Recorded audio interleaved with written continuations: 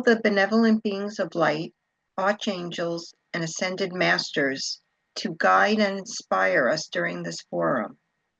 Our forum's vision is to bring the understanding, tools, discipline, and support for those seeking to enter the straight and narrow path, the road less traveled, that will lead us along effectively and steadily through the ascension process. Integration of the human experience with our divine origin is moving us full circle to achieve our divine potential. So be it. Amen. You are worthy. There is nothing you need to prove to anyone. You are worthy of love. You are worthy of joy. Let go of every thought in opposition to this. Live your life. Love your life. Best advice that anyone can give you. Thank you. Okay, tonight's topic is marked from birth. That wasn't the original video. The original video was taken down and it was much more in depth. But I want to talk about this in a way that helps us to understand not to judge what's happening to other people. We are in a world of individual growth. Even though it seems like we're collectively doing things, it isn't really collectively, it's individual. Each one of us has a divine plan. Each one of us is moving through our life a little bit differently than other people. Our contracts are not the same. Our experiences are based on our need for growth, expansion of knowledge, of experience in the world. When you see children in third world countries, they look they look like they're suffering. They look dirty. They look like they have nothing. But believe me, you're judging something according to what you're used to seeing a house look like, or a meal looks like, or how we dress. That doesn't matter to a lot of other cultures that don't have the funds or the opportunity to have that.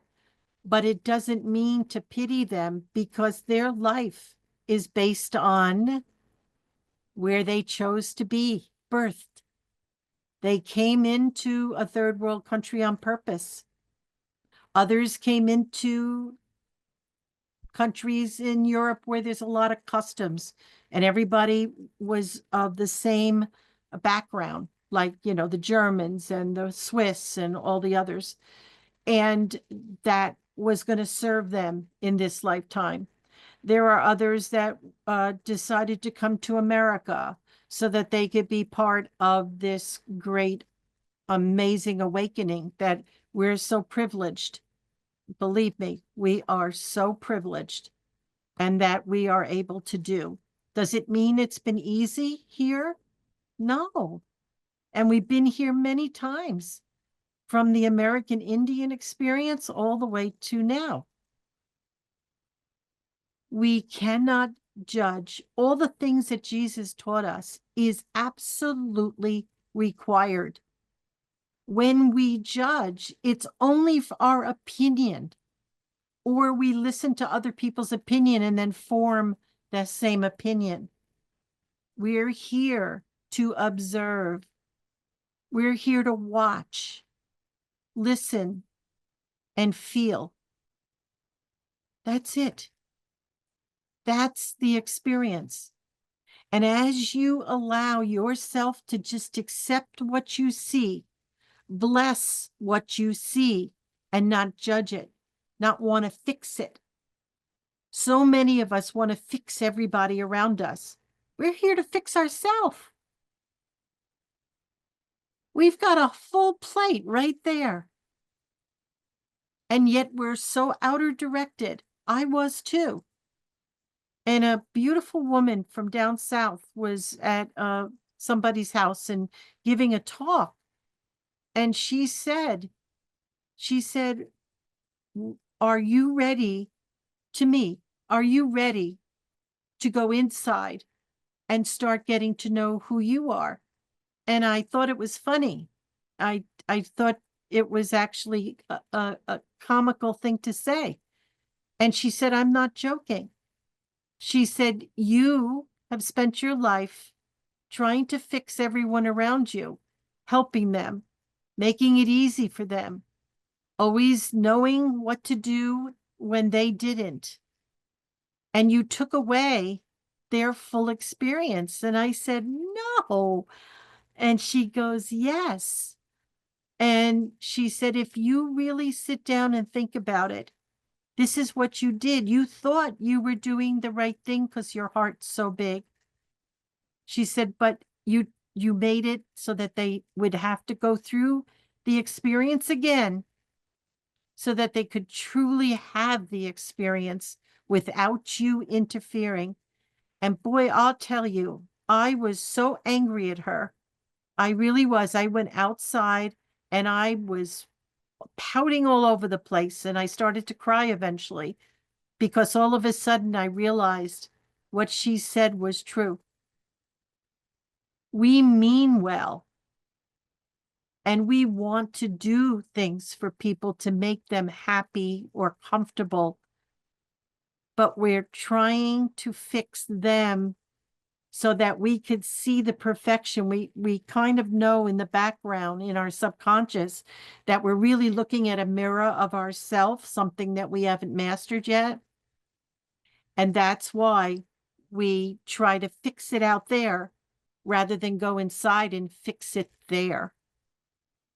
There's no threats out there. There's no threats out there. The threat is inside you of what you believe that is based on false information. It isn't based on love. You see, fear is not love. And if you're afraid, you're living in the shadow and it takes away all your power and you can't do anything. So it's so much easier until you discipline yourself is to go out there and fix the world around you. Everybody's lined up in front of you and you see them doing well and you go, there I am. I'm doing great. But yet, wherever you go, you get troubled. You feel the troubles inside you. It's all energy. That's all it is. Thoughts are energy. Actions are energy. Words are energy. And when those words go out in anger, in fear, it's adding to the collective consciousness of fear. It doesn't help anybody. The reason they made all of these chosen videos is because the truth is, if you're seeking your spiritual wisdom at this point and you're making it the way that you're going to live your life, you really are chosen. Because not everybody has the power to go through what we went through and come out of it in love, in devotion to service. You're going to see that a lot of people will drop away from these teachings. Why? It's a lot of work. It's a lot of work. And you can't be fooling around. You can't sit on the fence, remember? If you sit on the fence, it said God will sprue you out of his mouth in the Old Testament. You can't be wishy-washy. You can't say, today I'm going to do my spiritual cleansings and work on myself, and then tomorrow just go out and get drunk and do things that you want to do. You hurt yourself and everyone else. When we made this commitment was thousands and thousands and thousands of lifetimes ago. when we decided we did enough of the shadow work and we've seen enough of it, we don't want it anymore. My childhood was very similar to what this video was talking about. Nobody understood why I asked the questions. And I never liked stupid movies that, were just la la. I wanted something that talked about someone that came in and made a difference in the world. To me, even as a small child, that's what I was interested in. I read as many books at the library about all these people that made a difference in the world. And I wanted to be like them. I did. To me, that was a life well lived. A life well lived. If I couldn't make an impression in this world, what's the sense of me being here? I'm a consumer. That's all I would be. I'd eat and sleep and just go through the motions of living. My friends around here, they say to me, for God's sakes, do you ever stop working? And I said, it isn't work to me. To me, this is my greatest joy. I feel like I'm doing something. I'm helping others understand themselves. Sometimes it's kind of tough love because a lot of times people don't want to look at their shadow. They want to look at how good they are, how beautiful they are, what lights they are, which is always true. But that shadow is there. And they say, well, how do I know? I said, look at your life. What keeps happening? What you keep drawing to you. It's to show you that part of yourself. Have you accepted that yet? There's nothing bad. Everything's good. God allows everything to happen because he uses the shadow to help the light to be seen. Back and forth, they play with each other. God allows everything. Doesn't stop, doesn't punish, doesn't intervene. Because this is how we grow, how we learn, how we transform ourselves, how we get rid of the fear. I lived in fear. All night long, my hands would be in fists. I'd wake up and I'd have nail marks in my hands because I was always constantly tense. I couldn't relax because I had such sensitivity. I could feel energy off of people in poltergeist situations, that something very bad happened someplace and I'd go through the area. Debbie knows of a intersection that I literally would put the brakes on even though I didn't have to, because the poltergeist was continuing to happen. It was a terrible, terrible accident many, many years ago in that intersection. And so all of us, I think Debbie even said, so why don't you, can you clean up the poltergeist? I said, yeah, I never thought of that. And so I did it. And now it's not there anymore, that energy. I drive straight through without any feeling whatsoever. It's gone. You can do it too. All you got to do is bring light to it. If we live in fear, I was living in fear without feeling scared. I was very cautious because that energy was horrific. There was death, there was mutilation, there was horrible thing happened from a car accident. Yeah. And so we're not here to be part of all of that. What we're here for is to hold the light, no matter what we witness, is to hold the light. We will be tested. We will be tested constantly. When people feel they're done, God goes, no problem. I'll show you how done you are. And something will happen to test you to see how you respond or how you react. There's a big difference between those two words, believe me. When you respond, you're calm, you're focused, you're aware of the situation, and you're ready with a remedy.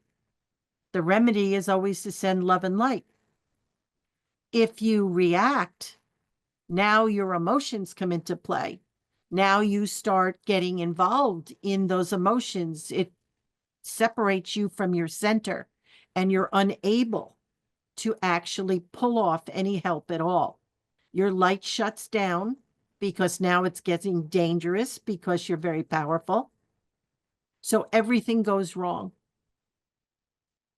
You'll always be tested, sometimes big tests, sometimes little ones, but they'll be happening just to keep you on track and to let you know where you are, how far you've come, how you don't do the same thing you used to do in certain circumstances that trigger you.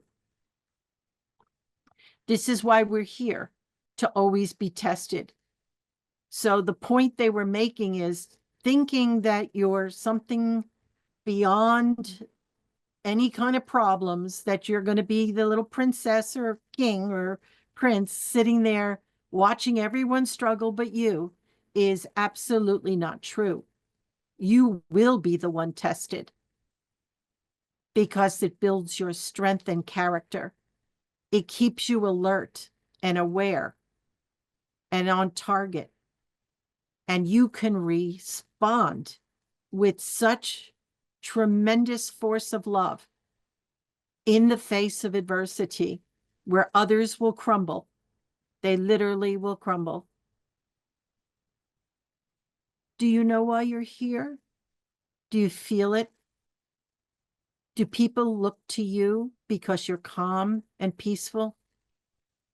Do people ask you questions of why? Like the lady at the grocery store, she said, every time I see you, you're always smiling. And I said, I didn't even realize I was. She goes, yes, you're always smiling. She said, are you that happy? And I said, well, I don't know about happy, but I feel so much love when I'm out with, and I see people. I see them in all different states. I see them sad. I see them worried. I see them hungry. I see them joyful. But I feel so much love for everyone, no matter where they are. And as I love them, I send that energy out to them. Do you know what it does? It gives them strength to get through that day. It gives them courage. It actually brings some joy to them to see someone smile.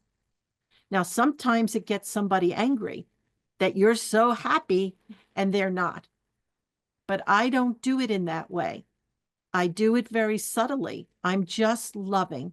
So whatever my face is doing, I really don't even think about it. There's a lady, she's handicapped, and she works at Price Chopper, the one that I like to go to. And when I see her, I see this goddess. I see her, she makes me feel so good inside. And she looks for me as well. I don't know who she is. I don't know what her story is, but I believe she's there to bring light to that place. There's something about her energy field that just radiates beauty and blessings. Yeah. Have you met anybody like that lately? Bumped into them? It's really special. I was telling Anne a story about a lady that comforted me at an airport when my mom had had a stroke and I was trying to get to her because I was to help her to come back in her body. And everything went wrong. There was a storm and the plane didn't come, and I was on a standby and everything was falling apart. And this little tiny, I think she was Filipino, to tell you the truth, came over to me and asked me what was going on. And she was like an angel. She was an angel. She held my hand and comforted me all night. And here I am saying, Mom, don't die till I get there. Don't die. And she was with me. Yeah. And she was on the plane with me and we held hands. And I was saying to Anne, if she was an angel, I wonder how she got the tickets to get on the plane. But somehow that wasn't a problem. Yeah. And then we parted ways. Have you had an angel show up in your life? I'm sure you have. Judy told us about the one in the drugstore that she bumped into recently. All of you have. When you least expect it. Anne was telling me about the angel that showed up for her. On the trips, angels showed up. You can ask Barbara. And we knew that this was not even a real person. It was much more. You have been never alone. Never alone. You know, the Ancient Aliens, when it starts, it always says that. We've never been alone. I'm not talking about that. I'm talking about the guardians that are with you to keep us alive and well before we self-destructed as children, because we were so strong and we were so curious and we would do things that really was dangerous. Yeah. Sometimes they let it happen to teach us. You better not do that again. Yeah. But my point of issue here, yes, you are chosen. There is no doubt in my mind. However, that means that you have to set your mind to being the best version of yourself. Not sit back and go, I'm chosen. Nothing's going to happen. Yeah, that's not true. Don't tempt God. You know, don't tempt God. Don't jump off the cliff where there's rocks below and say, God, I'll never let anything happen to me, because it will. It will. We're here to make good choices. We're here to follow our heart. We're here to know ourselves fully. We don't need to know the people around us. I love to listen to people. Well, I don't really, but I listen to people going, oh, you know what she really meant? You know what she really did? And I say to myself, you have no idea. I don't say it out loud. We don't have any idea why people do what they do. Is it a karmic return? Is it something they have a contract to pull on each other? We don't know. We have to stay out of other people's experiences. That's theirs, not ours. Otherwise, guess what? You actually gain karma. Holy Christmas. Why do you think the great masters say they are not going to get and stop things unless we are going to be critically hurt or even murdered? When that woman was at a prayer group we were doing a guided meditation, and this horrible thing came out of somebody's chest during the whole thing, and Archangel Michael literally manifested himself and pushed it back into whatever this thing was. And so he did intervene there, but they usually don't intervene. They'll help you, they'll guide you, they'll stand with you, but you've got to work it out. You've got to work it out. Otherwise, they gain karma, and that's not something they want to do. The best thing you can do is do it yourself. Do what you need to do. Say what you need to say to not everybody that isn't involved. You know, people do that. They'll tell everybody what they wanted to say to the person that they not needed to say it to, but they won't say it to that person. Anybody here guilty of that? Did it many times. When you can actually calmly and strongly tell the person themselves that you need to say it to, you have mastered that particular lesson. It takes guts. The first time you do it, you're shaking, you're stuttering, you really can't even hardly pull it off. And the next time it gets easier, the next time it's easier, and then it's like, then you can do it. I can say what needs to be said. I don't say it mean. And because I did the work on myself, I can say it without making someone angry. But if I didn't do the work on myself first for what I'm guiding someone, they'll cut my head off verbally, maybe even punch my lights out. But it doesn't happen because I did the work on myself. It's all energy. And one thing you have to remember, you never give away what is yours to start with, which is love. So anything loving within you cannot be given away. It's part of your fabric. It's what you're made of. It's the truth about you.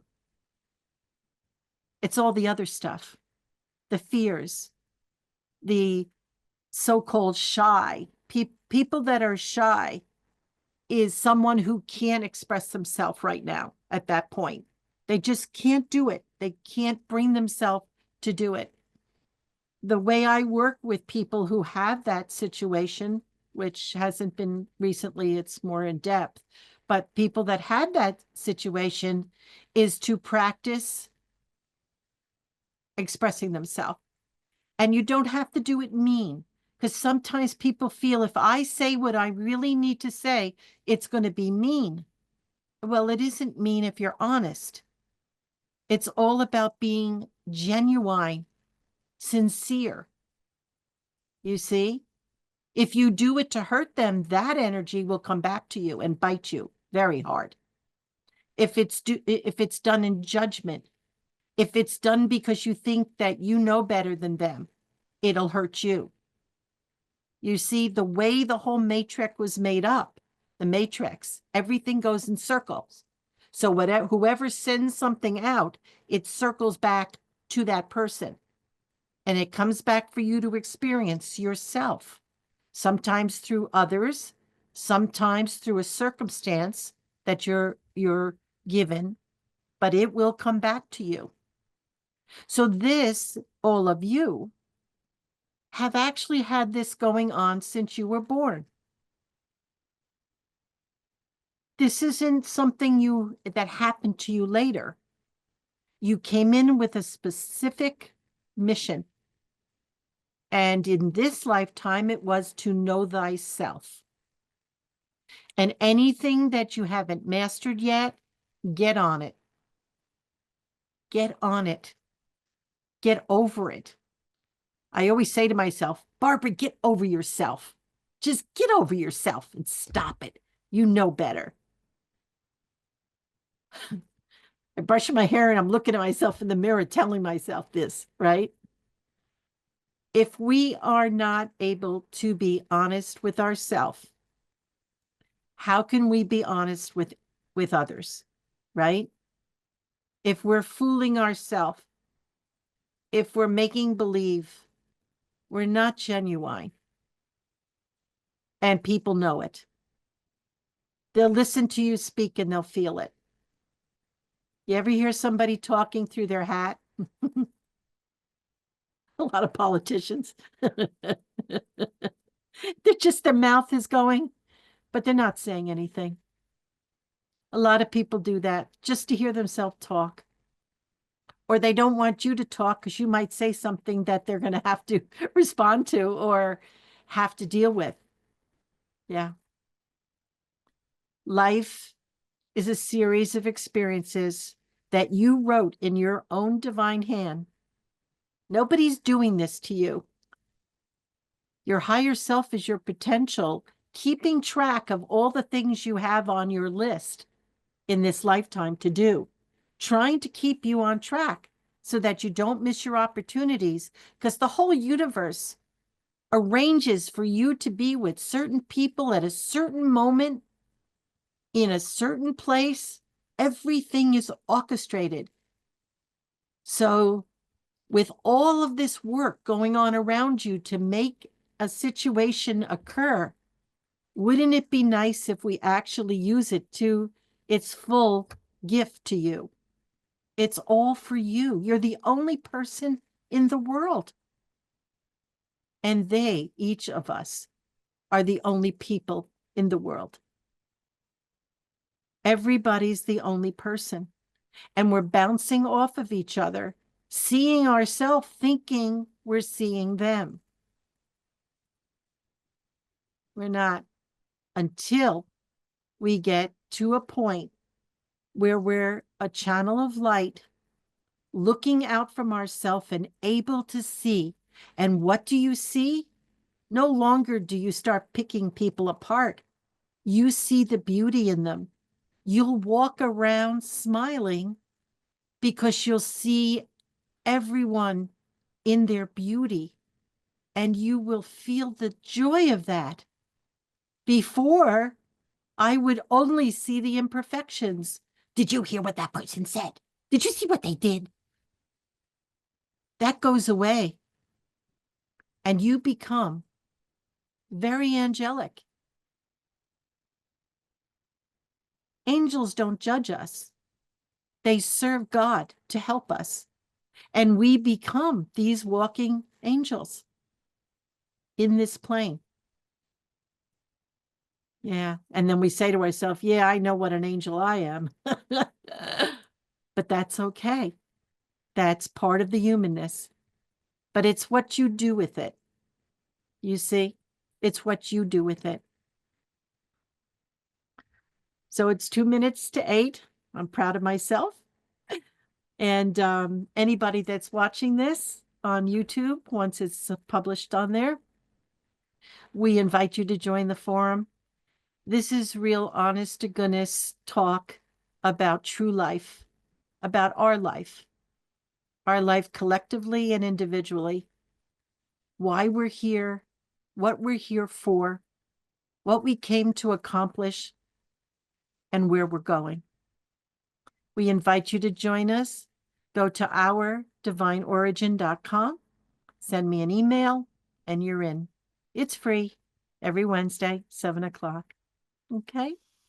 So I turn the mic back over to Judy, and I'll do my summary later.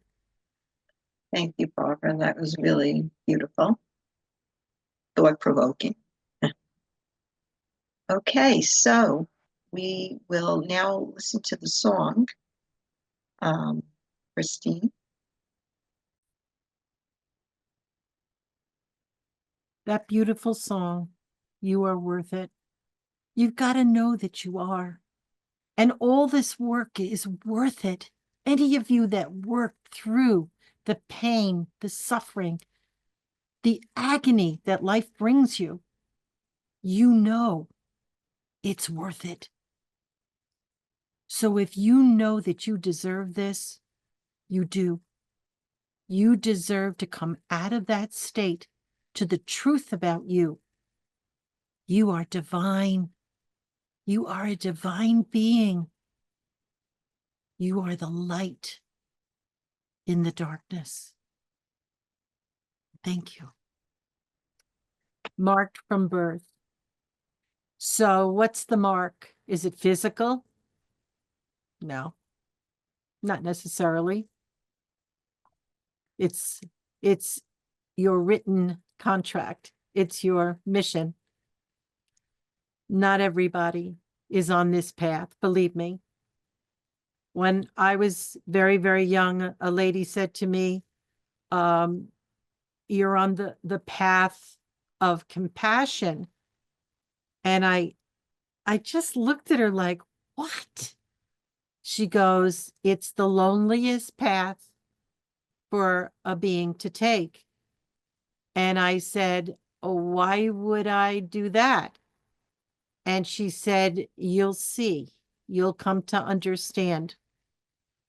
And she said that it was the path that Jesus set the people on, the path of compassion. Well, I did find out what that meant. You spend a lot of time alone. You are misunderstood most of the time. You don't express yourself. You hold in your feelings because you're afraid of saying anything to hurt anyone. And you go through a lot of experiences that I can honestly say I don't think the average bear goes through. This loneliness is not because people aren't with you. The loneliness is the separation of us from our divine potential. We miss that being that we really are. In this video, one of the key notes on that was saying that. He said it in a couple of different ways. That's really what we are so lonely, because nobody understands us. Nobody cared to understand us. Some of us lost our parents when we were very young. There was nobody to understand us. We had to understand ourselves. We chose that path. We made an agreement with people that were going to give us that experience so that we could feel what it's like to be totally on your own. Even if good people are raising you, you are on your own. It isn't your mother. It's very, very different.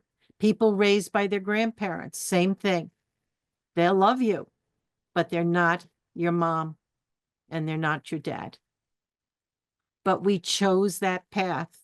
I was raised by my parents, but it wasn't pleasant. Although there was pleasantries, and I know that it was very important that I went through what I did. A lot of times we bring in so much stuff from our last lifetime and maybe 4 others or more that we haven't really gotten over yet, that we suffered from. I'm one of the people that knows my last lifetimes. I know what I went through. And the grief of reliving it by knowing it, I could go back in it and actually replay the reel of my Akashic record and go through it again. Why I was doing that to myself, I really don't know. But I was trying to understand my grief and why I just was always separate from life. I had all this life around me, but I separated myself from it. And it was because I was in hiding in my last lifetime. During the war. So it all of those things came with me. So nothing is done to us. It's what we believe. It's what we carry with us. It's what we know. And we're living it out in front of us, but it seems like it's the other people that we're interacting with that's doing it to us.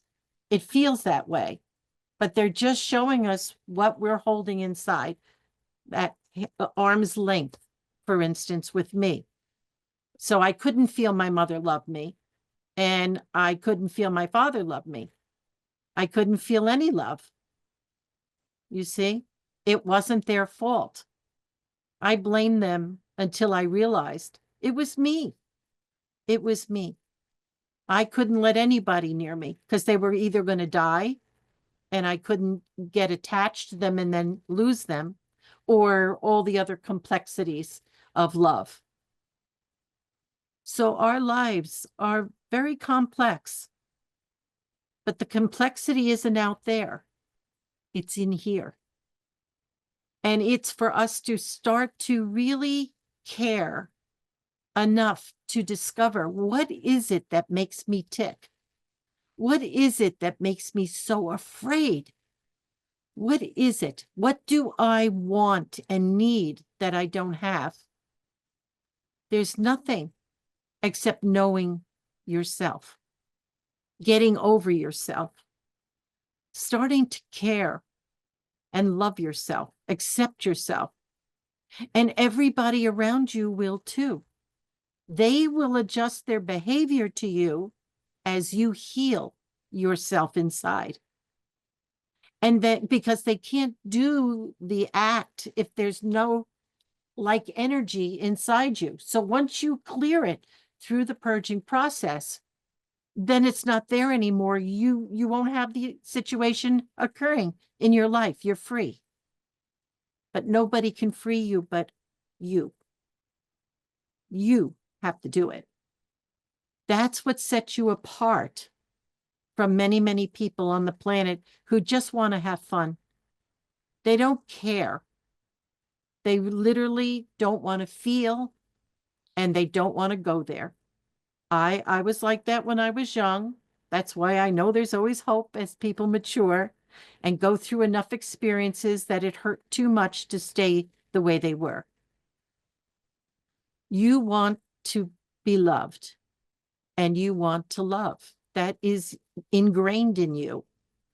And when you're not having those experiences, when you're holding people at bay away from you because you don't want to feel them, you don't want to be interacting with them, they push your buttons. That's the moment that I'd go off by myself and deal with it. See, that's my trigger. I'd watch what happens and I would take care of it right away because I couldn't stand the pain and the suffering of it. When you get fed up enough about the things that you haven't mastered yet, you will do what you need to do inside. You make up your mind, you're done with it. You don't want to go through it anymore. And once you do that, your higher self says, we're on it. And everything will help you to get there. You have the help you need. You have the strength and power. You're never given more than you can handle, believe me. You feel like you're going to die sometimes rather than face your past. You really do feel that sometimes. But honestly, once you come through it, the freedom that you feel, the joy that comes in, it's worth every second of that cry, of that anger that you let go. But please do not do it at other people. They're there to help you get there. Even though it seems mean, they signed a contract. A lot of times it's husband and wife contracts that can be very, very uncomfortable because you're living with it day in and day out. Sometimes contracts are very short. Sometimes they're very long. Sometimes they're very beautiful, and sometimes it's both. It's both very joyful and very painful. And those are the long-term contracts. Like with children, they tend to go do what they do, and we have to deal with what we are dealt. And it's just the way it is. And once you accept everything for how it is, later on, you look back and you understand why it happened that way, that it was supposed to be this way, that was the contracts that we wrote. And when you come to that point where you're accepting life as it presents itself to you, making it better when you can, doing what you can do inside you, the peace that comes over you cannot actually be expressed. It's so beautiful. You have glimpses of it in your life, throughout your life. And then there's times when there's no peace. There's only pain. You have to do something about it. Change the scenario. Don't do what you always do. Respond differently. But respond, not react. Sometimes love has to be tough love. Sometimes it does. And other times it has to be very, very gentle, very gentle. Just like you want to be treated with love and gentleness, other people do too. Just remember that. Do unto others as you wish to have done unto you. It was brilliant. It was brilliant. See the log in your eye before you go picking on the one with the splinter. Absolutely true. But it's so much easier to point away from you so nobody's looking at you anymore. Such a trick. But it doesn't work once you become authentic. When you're tired of the games and we get real. But it's fun and it's adventurous and it's worth every minute of what you go through. And then it comes to the point where you're so completely whole within yourself, that you can be in the same circumstances, everything keeps happening around you the same, but you are in such a state of happiness and joy, because nothing can take that away from you unless what? Unless you let them. Unless you let them. So we can't blame anyone. And don't even blame yourself. Just say, oh, I get it now. Move on. Move forward. And give yourself what you deserve. The fullness of your divine self. Because that's who you are. Everyone on the planet is divine, but at different stages, on different paths, wanting to have different experiences, not done yet. Basically, you're done suffering, and you want that peace. You want it more than anything else in the world. Because with peace, everything else comes with it, all the beauty. You deserve it. Give it to yourself. I just point the way. No one can do it for you, not an ascended master. Jesus always told me, I never healed anybody, but they believed that I could heal them. So in their belief they could be healed, they healed themselves. Brilliant. Absolutely stunning. So healers, heal thyself.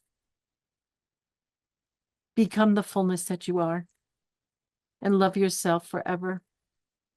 Amen. We are deeply grateful for this forum. We thank those in attendance for your attention, for your wonderful questions, future topic suggestions, and stories that touched our hearts and opened our minds to new possibilities. Our collective energy has filled this forum with light and love for each other. We are so grateful that each of us brings guides and angelic beings to the forum, raising the frequency ever higher. We are grateful for the assistance, inspiration, and guidance from the benevolent beings overseeing the forum. Know we are all deeply loved and richly blessed. Amen. Yeah.